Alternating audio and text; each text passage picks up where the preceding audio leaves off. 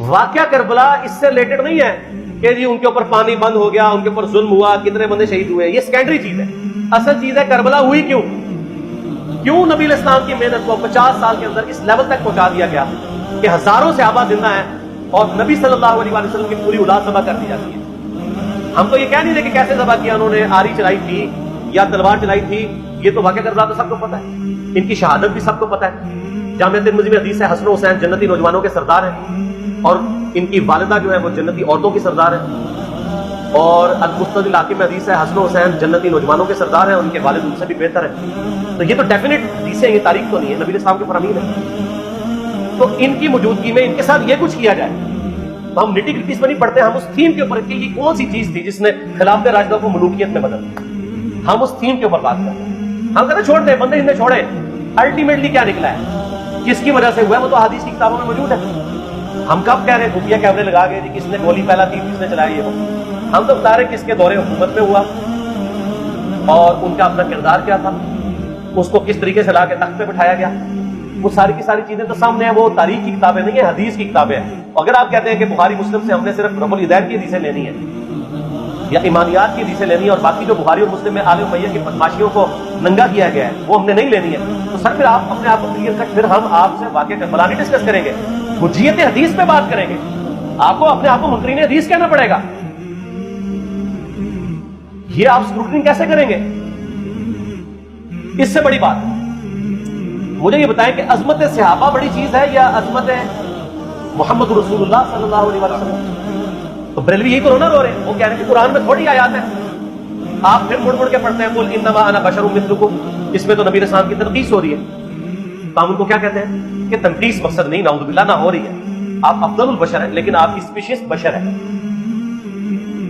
یہ ہم اپنا عقیدہ سمجھتے ہیں، وہ اس کو تنقیص شمار کرتے ہیں. تو پھر اس وقت آپ بھی بریلویوں کی بات مان کے تو یہ آیات پڑھنا چھوڑ دیا. آپ کہتے ہیں نہیں آیات ہے کیوں نہ بیان کریں، تو ہم بھی کہتے ہیں احادیث ہے کیوں نہ بیان کریں کہ صحیح بخاری میں حدیث ہے 2812 عمار کو ایک باغی جماعت قتل کرے گی، وہ جماعت دوزخ کی طرف بلا رہی ہوگی اور عمار ان کو اللہ اور جنت کی طرف بلا رہا ہوگا. اب کس کے نرغے میں جو آتا ہے وہ آئے، میں اپنے نبی سے ٹکر لے لوں. آپ لوگوں کے منہ کا خیال رکھتے ہوئے کہ میں نبی علیہ السلام کو کہوں کہ آپ نے کیوں ایسی بات کر دی کہ مولا علی کے مخالفین کو آپ نے دوزخ کی طرف بلانے والی جماعت کہہ دیا، تو لے آپ ٹکر، جائیں سیدھا دوزخ میں. اور تھوڑی جرت کرے آپ یہ کہا کریں کہ اے اللہ، اپنے لیے کہا کریں کہ اللہ تعالیٰ آپ کا حشر یزید اور یزید کے آباء و اجداد کے ساتھ کرے اور اس کی اولاد کے ساتھ. ہم کہتے ہیں کہ اللہ تعالیٰ ہمارا حشر جو ہے وہ مولا حسن حسین، مولا علی علیہ السلام اجمعین اور اہل بیت کے ساتھ کرے. آمین. اور آپ میں تو اتنی جرت نہیں آپ یہ بات بھی کر سکیں کیونکہ ان کو پتہ ہے. تو نبی علیہ السلام کی احادیث کو بیان کرنے کو یہ سمجھتے ہیں کہ جی اس سے مصیبت کھڑی ہو جائے گی، تو اپنے آپ کو منکرین حدیث لکھ لیتے ہیں. پھر حجیت حدیث کا مقدمہ ڈسکس ہوگا، پھر کربلا نہیں ڈسکس ہوگا. اور یہ ٹی وی پہ بھی آ کے مولوی بیٹھے ہوتے ہیں، سنیوں کے بھی شیعوں کے بھی، مڑ مڑ کے جی وہ یزید نے یہ کہا تھا. وہ یزید نے کیا کیا ہے یار؟ وہ تو سسٹم کا نمائندہ بن کے آیا جو پیچھے سے خراب تھا. یزید کو لے کے بیٹھے ہیں، یزید یزید یزید یزید، وہی پیچھے سے معاملہ خراب ہوا. اگر نہیں یقین آتا تو یہ بخاری مسلم کی میں نے آلموسٹ 200 سے زیادہ حدیث مین اسٹریم کی کتابوں سے اکثر بخاری مسلم سے یہ پڑھے. اور سر میں نے تو ان کو چیلنج دیا یہ حدیثیں پڑھ کے نا اپنے ممبروں سے صرف ان حدیثوں کی تشریح اپنی پبلک کے سامنے کر دیں، نہیں کرتے تو وہ لعنت کے مستحق تو ہو رہے ہیں ہاتھ چھپا کے. اور کیا انہوں نے ان کے منہ پہ لگام ڈالی اور پھر مڑ مڑ کے کہتے ہیں نہیں جی وہ کچھ چیزیں خاص ہوتی ہیں وہ عوام الناس کے سامنے نہیں کرنی چاہیے. وہ صحابہ کرام بھی بعض کا ایسی باتیں پبلکلی نہیں کرتے تھے. میں نے اس کے اوپر بڑا ایک میرا کلپ ہے یوٹیوب پہ، مولا علی سے متعلق 5 جھوٹ، تو میں نے کافی ساری چیزیں اس میں ڈسکس کی ہیں. لیکن میں یہ کہتا ہوں کہ اللہ کے بندو، جو چیزیں نبی علیہ السلام نے منع کی ہیں بیان کرنے سے وہ تو ہم ڈسکس کر بھی نہیں رہے. میں نے آج تک آپ کو منافقین کے نام بتائے؟ آپ نے حذیفہ ابن یمان کو بتایا تھے نا آپ صلی اللہ علیہ وسلم کے، صحیح بخاری میں آتا ہے. تو میں نے آپ کو بتایا، آپ رازدار رسول تھے، ختم ہوگی بات. میں نے کبھی ڈسکس کی ہے؟ اگرچہ میں نے صحیح مسلم کی حدیث 7035 نمبر ڈسکس کی ہے کہ نبی علیہ السلام نے فرمایا میرے صحابہ میں 12 منافق ہیں، وہ کبھی بھی جنت میں داخل نہیں ہوں گے یہاں تک کہ سوئی کی ناکے سے اونٹ میں گزر جائے.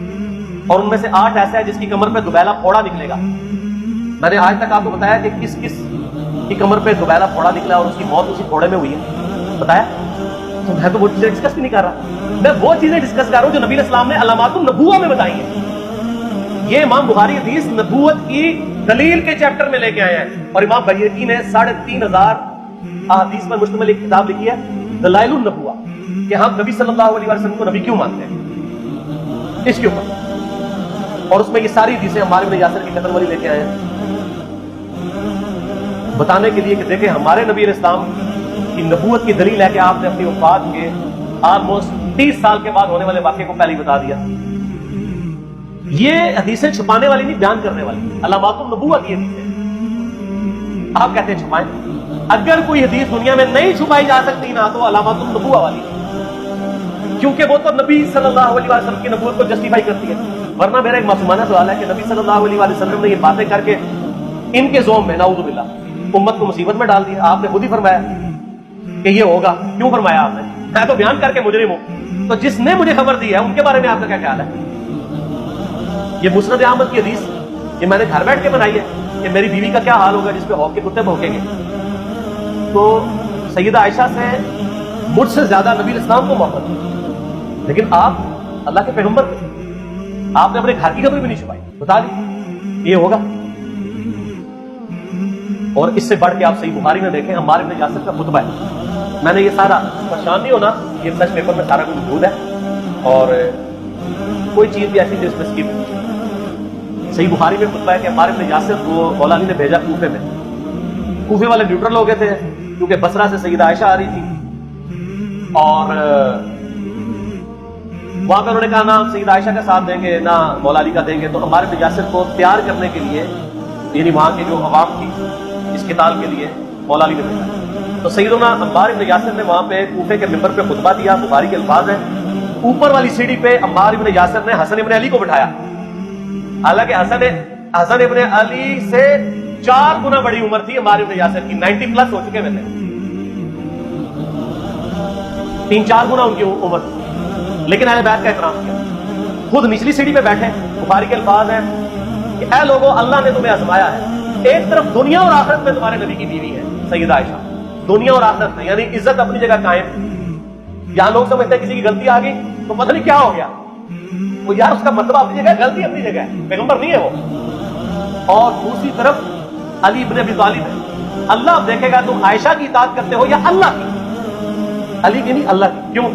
یا ایھا الذین آمنوا اطیعوا اللہ واطیعوا الرسول واولی الامر منکم، ان کا اولو الامر مولا علی ہے، ان کی اطاعت واجب ہے۔ یہ اللہ نے آزمایا کہ اللہ کی اطاعت کرتے ہو یا عائشہ کی، اور آپ حیران ہوں گے یہ حدیث امام بخاری حضرت عائشہ کی فضیلت والے چیپٹر میں لے کے آئے ہیں۔ اگر امام بخاری مشورہ کر لیتے نا ناسبیوں سے تو انہوں نے کہا تھا سر آخری صحیح رکھو، پچھلا رہن دو، بلکہ پچھلے والا رکھو آخری والا رہن دو، کہ عائشہ دنیا اور آخرت میں، وہ حدیث گھڑنے کا میں آپ کو طریقہ بتاتا ہوں، کاٹ چھانٹ کرنے کا، وہ آدھی حدیثیں لکھتے ہیں، آدھی حدیث ایسے لکھتے ہیں امام بخاری کہ سیدہ عمار بن یاسر نے خطبے کے دوران فرمایا کہ سیدہ عائشہ دنیا اور آخرت میں تمہارے نبی کی بیوی ہے، بس، لیکن امام بخاری نے پوری حدیث دی ہے، آگے وہ بھی ڈالا ہے کہ اللہ ہمارا ہے کہ عائشہ کی اطاعت کرتے ہو یا اللہ کی، جیسے آپ کے علماء کر رہے ہیں۔ صحیح مسلم کی حدیث 6488 آدھی بیان کرتے ہیں سارے مولوی، بریلوی، دیوبندی، اہل حدیث سب، میرے صحابہ کو برا مت کہو گے، اگر تم میں سے کسی نے احد پہاڑ کے برابر بھی سونا خیرات کر دیا اور میرے صحابہ نے 1 مد یعنی 600 گرام خیرات، آدھا کلو، اس کے آدھے کو بھی نہیں پہنچ سکتے بس۔ حالانکہ یہ مسلم کی حدیث اسٹارٹ اس سے ہوتی ہے کہ عبد الرحمن بن عوف کو خالد بن ولید نے گالیاں دی جھگڑے کے دوران، حالانکہ دونوں مسلمان تھے، دونوں صحابی تھے، آپ نے حضرت خالد بن ولید کو بلا کے ڈانٹا، فرمایا تم میرے صحابہ کو برا مت کہو، تو خالد بن ولید نے تو آگے سے نکلا حضور میں بھی صحابی ہوں، ان کو پتا تھا کہ عبد الرحمن بن عوف نے اس وقت اسلام قبول کیا جب اسلام کا مطلب تھا مار، تکلیف اٹھانا، اور خالد بن ولید نے گولڈن پیریڈ میں صلح حدیبیہ کے بعد اسلام کیا۔ میں تم لوگ یہ کر رہے ہو، تم لوگ اگر اور پہاڑ کے برابر بھی سونا خیرات کر دو، یعنی صلح حدیبیہ کے بعد والے لوگ میرے ان کے برابر نہیں ہو سکتے۔ اور جو فتح مکہ پہ معافی مانگ کے مسلمان ہوئے ہیں تو لقاء مؤلفۃ القلوب آل امیہ، ان کا تو لیول ہی کچھ نہیں ہے، یہاں تو خالد بن ولید کے بارے میں یہ بات کی جا رہی ہے، اور پھر وہ مؤلفۃ القلوب اپنے زمانے میں ممبروں پہ سب و شتم کروائیں سیدنا علی پر، تو سب سے پہلے تو ان کو کہنا چاہیے جن کے بارے میں حدیث تھی کہ تم صحابہ کو گالی مت دینا، ہم نے تو خیر کبھی دی بھی نہیں ہے۔ اور میں یہ آخری جملہ ان کو ایسا بولتا ہوں کہ جو ان کے دماغ تک کلک کر جائے گا کہ آل امیہ نے جو کچھ اپنے دور کے اندر سیدنا علی کی گستاخیاں کی ہیں نا، ہم نے تو ویسی کوئی ایک گستاخی بھی آل امیہ کے بارے میں نہیں کی ہے. میں نے آج تک آل امیہ کے اوپر بائی نیم کسی کے اوپر لعنت کی ہے؟ حالانکہ یہ مولا علی پہ کرتے رہے. یہ ہے لعنتی خود ہو گیا نا, جب مولا علی پہ لعنت کی تو لوٹ آئی. مسند ابی اعلیٰ میں صحیح سند کے ساتھ حدیث موجود ہے, مسند احمد میں بھی موجود ہے کہ سیدنا علی کو جس نے گالی دی اس نے رسول اللہ کو گالی صلی اللہ علیہ وسلم. جب ام سلمہ نے کہا تھا, شیخ زبیر صاحب نے اس کو تحکیم میں صحیح لکھا ہوا ہے فوٹ نوٹ کے اوپر, کہ لوگوں تمہارے ممبروں پر رسول اللہ کو گالیاں دی جاتی ہیں, تو انہوں نے کہا معاذ اللہ, ہم کیا کہیں گے, ایسا نہیں ہو سکتا. ام سلمہ نے کہا تم لوگ علی اور اس سے محبت کرنے والوں سے گالی گلوچ نہیں کرتے ہو کیا؟ جبکہ میں نبی کی بیوی کہتی ہوں کہ سب سے زیادہ رسول اللہ سے محبت, سیدنا علی سے محبت نبی صلی اللہ علیہ وآلہ وسلم کرتے تھے. لہٰذا جب یہ تم کہتے ہو نا علی پر لعنت, علی سے محبت کرنے والوں پہ لعنت, تو یہ لعنت تو تم نبی علیہ السلام تک لے کے جا رہے ہو نا, کیونکہ علی سے محبت کرنے والا پہلے نمبر پہ نبی صلی اللہ علیہ وآلہ وسلم. اور پھر کہتے ہیں سب کا مطلب وہ تنقید ہے. اور نہ پرانیاں گلاں, پرانے باپے, پرانے بزرگ جھوٹے ہو. صحیح مسلم کھولو 6229 صدیق خم سے اگلی حدیث, لعن اللہ ابا تراب کے الفاظ ہے, مٹی والے ابن ابی طالب پر لعنت کے الفاظ کو. سب کا ترجمہ لعنت ہی ہے, تنقید نہیں ہے. اچھا پھر میرا معصومانہ سوال ہے کہ اس کے مطلب صحابہ پہ تنقید کرنا اچھا کام ہے؟ کہیں گے نہیں. تو بتاؤ یہ برا کام کون کرتا تھا؟ شیعہ کا ابا کون ہے؟ رافضیوں کا ابا کون ہے؟ آل امیہ. تو لہذا شیعہ نو میں کہنا کہ تسی شیخین کے اوپر بکواس اور تبرہ کرنے کی بجائے نا آپ لوگوں کو حقائق بتائیں کہ ٹوٹی کمن کہاں. سب مجرمین آل امیہ ہیں, اور یہ آل امیہ اور بنو ہاشم کی لڑائیاں نبی علیہ السلام کی بعثت سے پہلے چل صدیوں سے چل. وہ تو پھر اللہ نے بنو ہاشم کو نبوت کے لیے چنا, تو ان کو یہ پھر جیلسی ہضم نہیں ہوئی, وہ چیز آگے چلی. چھوڑ دیں.